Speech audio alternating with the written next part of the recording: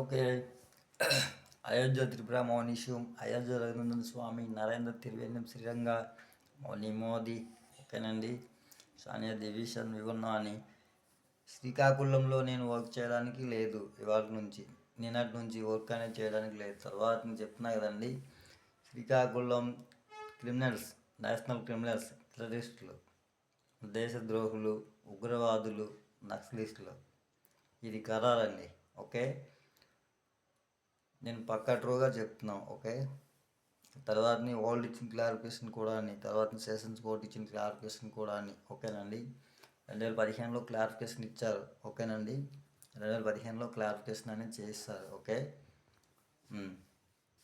ఇంకా ఇక్కడ నుంచి చెప్తున్నా కదండి, నా నుంచి తీసుకున్నటువంటి అమౌంట్స్ అనేది, ల్యాండ్స్ అనేది సుప్రీంకోర్టు సబ్మిషన్ చేసేయండి. ఓకేనా, ఇవాళ నుంచి ఇక్కడ నుంచి అయితే మాత్రం ఏ వర్క్ కూడా చేయలేము.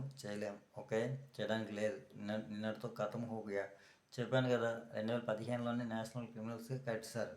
ఓకేనా, ఓకే ఓకే ది హ్యూమ్.